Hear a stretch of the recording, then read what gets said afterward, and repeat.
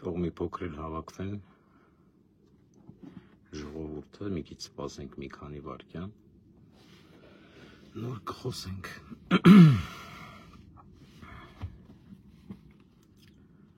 Կարծում եմ պիտի որ ձայնը նորմալ լսվի։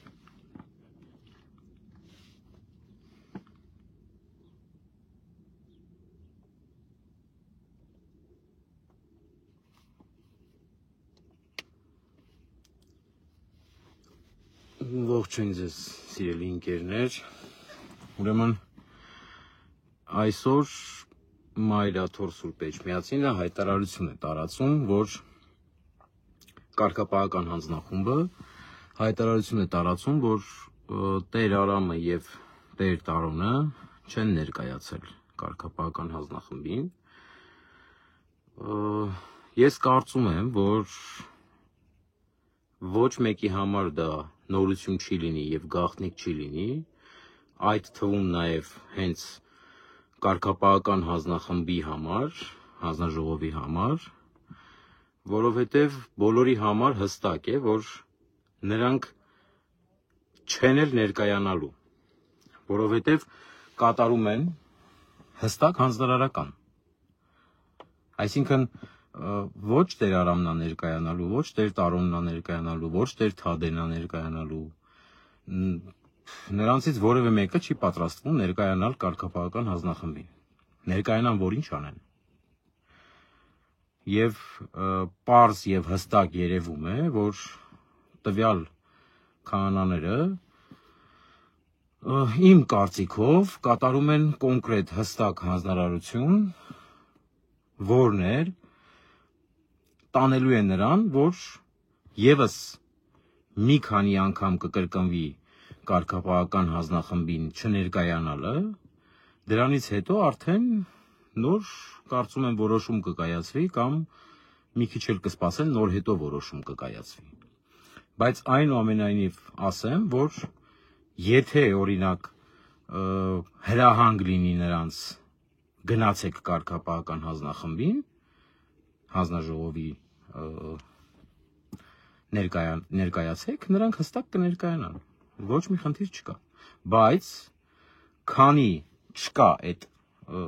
հանձնարարականը, նրանք չեն ներկայանա։ Ես ինչից եմ սա ենթադրում, երեկվա միջադեպը Հովանավանքի դա ներսից հարված էր եւս մեկ անգամ հայ առաքելական Սուրբ եկեղեցու։ Մենք ականատես եղանք մի դրվագի, որը ոչ մի անգամ չի եղել հայ եկեղեցում։ Ոչ մի անգամ հայ եկեղեցում չի եղել, որ մի հոգևորականը մյուս հոգևորականի վրա մարդ բերի, այսինքն առավել եւս ոստիկանություն կանչի։ Չի եղել նման բան։ Ես երեք ականատես եղա խայտառակության, մեր մեջ ասած, որովհետեւ դու չես կարող լինել լավ հոգևորական, դու չես կարող լինել լավ քահանա ու քո եղբոր հետ, որը քեզ ոչինչ չի արել, ոչ մի ձևի չի արել, որովհետև Տեր Մանուկին ես ճանաչում եմ անձամբ, Տեր Մանուկը հրաշալի մարդ է, հրաշալի հոգևորական է, 44-օրյա պատերազմի մասնակից է, մենք իրար հետ սովորել ենք նաև ճեմարանում և դեռ ուսանողական տարիներից գիտեմ իրեն։ Տեր Մանուկը երբեք որևէ ձևով, որևէ զորբայության չէր գնա ու ոչ մի բան չէր անի։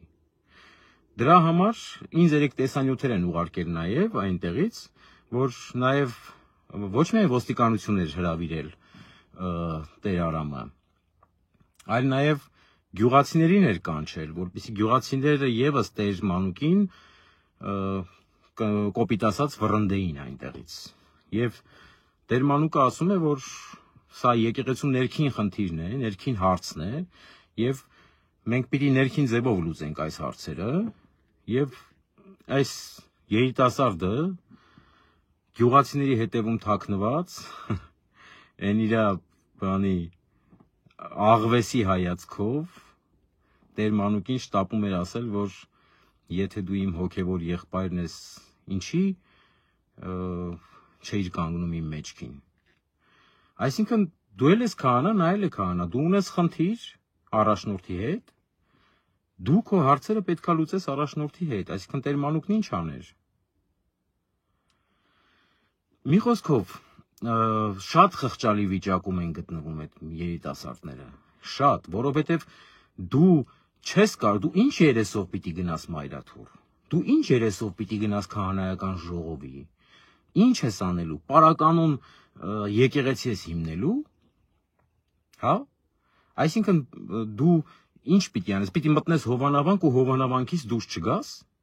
մի օր քեզ կարգալուց են անելու, մի օր քեզ կարգալուց են անելու, եթե դու մտածում ես, որ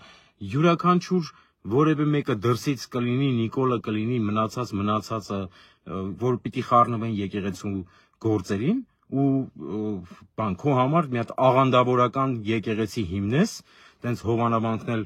մեծ պարսպապատես, ու ինչ-որ տենց քո համար մնաս այնտեղ, դու դառնում ես պարականոն, դու դառնում ես հերետիկոս, դու չես կարող եկեղեցուց դուրս եկեղեցի հիմնել, այսինքն դու այսպես թե այնպես, մի օր պիտի ենթարկվես մայրաթոռին, դու այլ տարբերակ չունես, դու էլ քո հետիններն էլ, դու այլ տարբերակ չունես, քան կարգալուց լինելը, եթե սեն շարունակվի։ Մայրաթոռի հայտարարության մեջ նշված էր, որ մենք ժամանակ ենք տալիս, որ Տեր Տարոնը և Տեր Արամը վերադառնան կանոնական դաշտ։ Սիրելի և հարգելի պաշտելի մայրաթոռ, Տեր Տարոնը և Տեր Արամը երբեք չեն վերադառնա կանոնական դաշտ, որովհետև իրենց կանոնական դաշտ վերադարձի ուղին կախված է մեկ մարդուց և բոլորդ գիտեք, թե այդ մեկ մարդը ով է։ Հետևաբար, եթե այս եթերը հասնի Տեր Տարոնին և Տեր Արամին, ես իրանց ունեմ մեկ խորհուրդ, որպես հոգևոր եղբայր, թող գնան մայրաթոռ, մասնակցեն ժողովին, հանձնաժողովի նիստին, կարգապահական, և իրենց ասելիքները ասեն այնտեղ, ասեն թե հանձնաժողովի մասնակից եպիսկոպոսներին, թե վեհափառին, նույնիսկ ես խորհուրդ կտամ, որպեսզի ներողություն խնդրեն և իրապես վերադառնան կանոնական դաշտ, այլապես հարցը մի քիչ ավելի այլ ձևով կդրվի, և դուք ձեր ամբողջ կյանքում կմնաք եկեղեցուց դուրս, պարականոն քահանաներ, սենց ասեմ, կանոնից դուրս, ինչ պիտի անեք, պիտի 20 հոգի կամ լավ 100 հոգի գանձեր բանի համար, ինչ-որ պիտի գան, որ դուք մկրտություն կամ պսակ անեք, հետո, վերջի վերջո, մարդիկ խելքի են գալու, մարդիկ գիտակցելու են, չէ, որ սխալ է այդ ամեն ինչը, դուք եկեղեցուց դուրս եք։ Եղել են դեպքեր, երբ որ հոգևորականներ եղել են, որ չեն ենթարկվել մայրաթոռին, բայց չի կարող լինել այնպես, որ դա երկար տևի, դա վերջի վերջո մի օր կասեցվել է, մի օր կանգնեցվել է, որովհետև մարդիկ իմացել են, որ սա եկեղեցուց դուրս է այս մարդը, նույնպես և դուք, բոլորդ միասին վերցրած, չի կարող քաղաքացիական իշխանությունը այնպիսի ազդեցություն ունենալ մայրաթոռի վրա կամ որևէ մի հոգևորականի վրա, մայրաթոռի ներսում գտնվող, որպեսզի ձեզ ճանաչեն մայրաթոռին կից, այսպես ասած, հոգևոր կառույց։ Իմ խորհուրդը ձեզ, գնացեք և վերադարձեք կանոնական դաշտ, իհարկե դուք չեք լսելու այս խորհուրդը, դուք լսում եք միայն մի կամ երկու հոգու խորհուրդ, բայց ես ձեզ ասեմ, որ դուք մայրաթոռի հոգևորական եք, դուք մայրաթոռի հացը կերած հոգևորական եք, դուք մայրաթոռում սնված և պահված հոգևորական եք, մայրաթորի ջանքով մեծացած հոգևորականներ եք, մայրաթորի օդը շնչած հոգևորականներ եք, եւ ես վստահ եմ, սրտի խորքում մի քիչ վստահ եմ, որ վերջի վերջո դուք կգաք կանոնական դաշտ եւ ձեր մեջ կարտնանա հենց մայրաթորի հոտը, որը որ դուք շնչել եք, մայրաթորի օդը, որը որ դուք շնչել եք։ Հետևաբար մի քիչ նստեք, մտածեք, որ ոստիկանություն բերելով հոգևորականի վրա, ձեր հոգևոր եղբոր վրա, չգիտեմ, ինչ որ մեկին բերելով ձեր հոգևոր եղբոր վրա, կամ գյուղացիներին ընդհանրապես պետք չէր խառնել այս ամեն ինչին։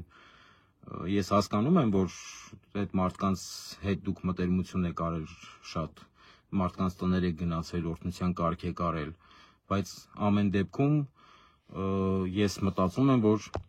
չարժի, որ դուք մայրաթորի եւ ընդհանրապես ձեր հոգևոր եղբոր վրա մարդ բերեք։ Տեր մանուկը ինչ արել, որ այդ մարդու վրա ոստիկանություն է սկանչել։ Ինչ պետք է անի ոստիկանությունը, ձերբակալի Տեր մանուկին տանի։ Դրանից ինչ պետք է ավելանա։ Տեր մանուկը չլինի Արագածոտնի թեմում 15-20 հոգևորական կա, դրանցից մեկը կլինի։ Ինչ ամեն անգամ ոստիկանություն է սկանչելու։ Այնպես որ այս ամեն ինչը մի օր ավարտ է ունենալու ու այդ դաջվածքը, այդ կլիշեն մնալու է ձեր վրա ամբողջ կյանքներդ։ Արթնացեք թմրության քնից, արթնացեք երազից, սա իրականություն է, եւ վերադարձեք իրոք կանոնական դաշտ։ Դուք ինքներդ ձեզ եք վնասում, ձեր անվանն եք վնասում, որովհետեւ մայրաթորը եղել է դարեդար, մենք բոլորս անցողիկ ենք եւ ձեզանից որևէ մեկն էլ այսպես ասած չի բան անելու, էլի, հավերժ չի մնալու։ Ես հասկանում եմ, ամեն ինչ խառնվել է իրար, ամեն ինչ այսօր կանգնել է բանի առաջ, խնդրի առաջ, բոլորը կանգնած են ինչ-որ հարցի առաջ, ամեն մեկը իր անձնականով, իր ընդհանրականով նաև, բոլորս ունենք ինչ-որ մի հարց, բայց մայրաթորը և սրբությունները պետք չի խառնել, այո, կարող է լինել անհատներ, որ ունենան խնդիրներ, բայց վերջի վերջո սա այդ խնդիրները չեն, սրանք հստակ ծրագրված անելիքներ են մայրաթորի դեմ եւ դուք մասնակից եք դառնում դրան ուզենալով թե չուզենալով կարող է էլի չգիտեմ ձեր համակուրսեցի այսօր հոգեվորական եղածներից մի քանի հոգի էլի միանան ձեզ շատ հնարավոր է ես չեմ հերքում դա բայց այնուամենայնիվ դուք դա անում եք մայրաթորի դեմ ու այս պրոբլեմները, այս դուք հասկանում եք, որ դուք ուրանում եք մայրաթորը, դուք հասկանում եք, որ դուք ուրանում եք հայ առաքելական եկեղեցին, այստեղ մենակ ասեմ ձեզ, անձերի խնդիր չի, արդեն անձերի խնդիր չի, եթե այն սկզբից կարող էր լինել անձերի խնդիր, այստեղ հստակ եկեղեցու խնդիրն է դրված,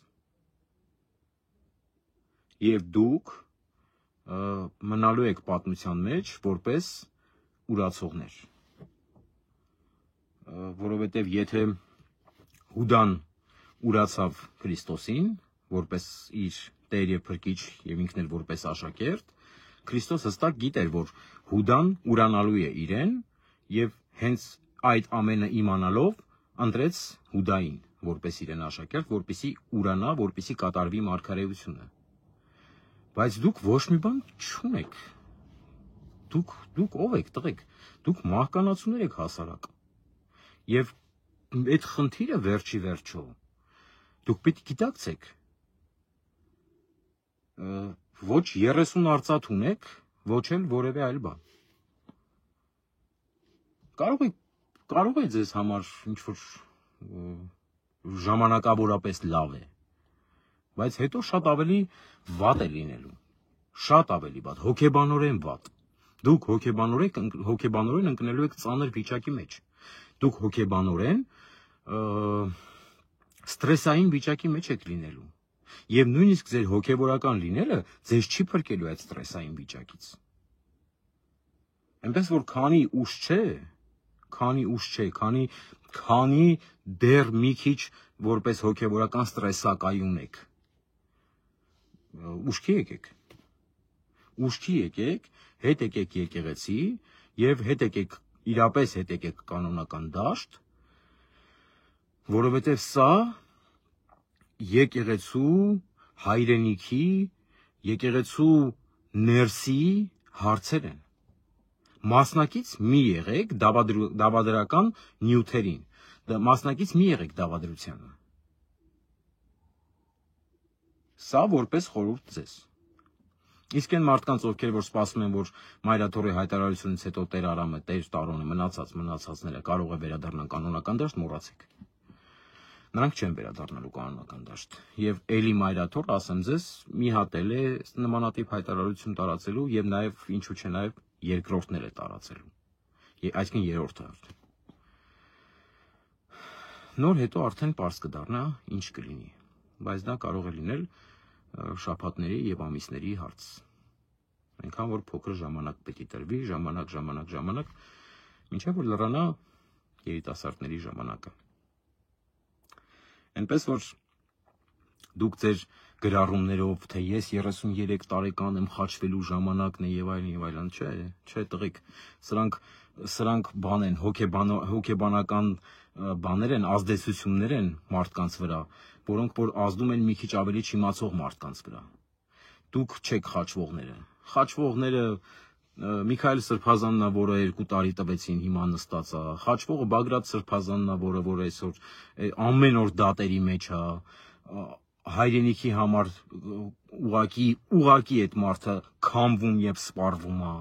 Խաչվողը իրանք են։ Դու չես խաչվողը։